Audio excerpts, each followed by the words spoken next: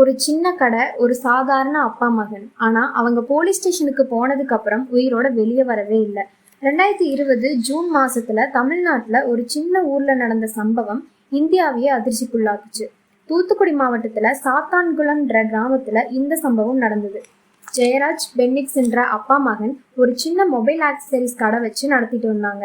2020 June 19 Covid லாக்டவுன்ல கடை நேரத்தை மீறி திறந்திருக்காங்கன்னு போலீஸ் அவங்க 2 பேரையும் அரெஸ்ட் பண்ணி ஸ்டேஷனுக்கு கூட்டிட்டு போனாங்க.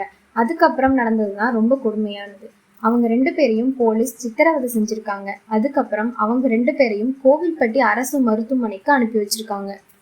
ஆனா ஜூன் 22 மகன் பென்னிக்ஸும், ஜூன் 23 தந்தை ஜெயராஜும் உயிரிழந்துடுறாங்க. அதுக்கப்புறம் மருத்துவர்கள் உடல் புராய்வு செஞ்சதுல இவங்க 2 பேர் உடல்லையும் கடுமையான காயங்கள் இருந்தது சந்தேகத்தை ஏற்படுத்துச்சு. இந்த சம்பவம் தமிழ்நாடு முழுசா அதிர்ச்சியை ஏற்படுத்துச்சு. சோஷியல் மீடியால ஜஸ்டிஸ் ஃபார் ஜெயராஜ் அண்ட் பென்னிக்ஸ்ன்ற ஹேஷ்டேக் வைரல் ஆச்சு. பல அரசியல் கட்சிகள், மனித உரிமை அமைப்புகள் இதுக்கு கண்டனம் தெரிவிச்சு. முதல்ல தமிழ்நாடு போலீஸ் டிபார்ட்மெண்ட் விசாரணையை தொடங்கினாங்க. அதுக்கப்புறம் இந்த கேஸ் சிபிஐக்கு மாற்றப்பட்டது. இந்த விசாரணையில பல போலீஸ் அதிகாரிகளை கைது செஞ்சாங்க. இந்த சம்பவத்துல மெட்ராஸ் ஹைகோர்ட் தீவிரமா கவனம் செலுத்தினாங்க.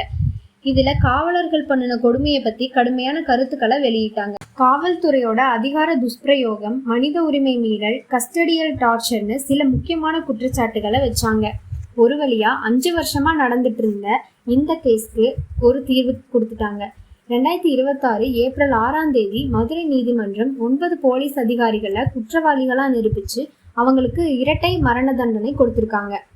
இதுல முக்கிய குற்றவாளியான காவல் ஆய்வாளரா இருந்த ஸ்ரீதருக்கு மரண தண்டனையோட சேர்த்து 15 லட்சம் ரூபாய் அபராதம் விதிச்சிருக்காங்க. அதோட இந்த 9 பேரோட சொத்துக்களையும் பறிமுதல் செய்யவும் நீதிமன்றம் உத்தரவிட்டிருக்காங்க. இந்த தீர்ப்பு மக்கள் மனசுல நம்பிக்கையை ஏற்படுத்தியிருக்கு. இதே மாதிரி பெண்களுக்கு எதிராக நடக்கிற வன்கொடுமைகளுக்கு இந்த மாதிரி தண்டனையை தான் மக்கள் எதிர்பார்க்குறாங்க. இந்த வழக்குக்கு நீதி வழங்கிய நீதிபதி திரு முத்துக்குமரன் ஐயா அவங்களுக்கு தமிழக மக்கள் சார்பாக நன்றி.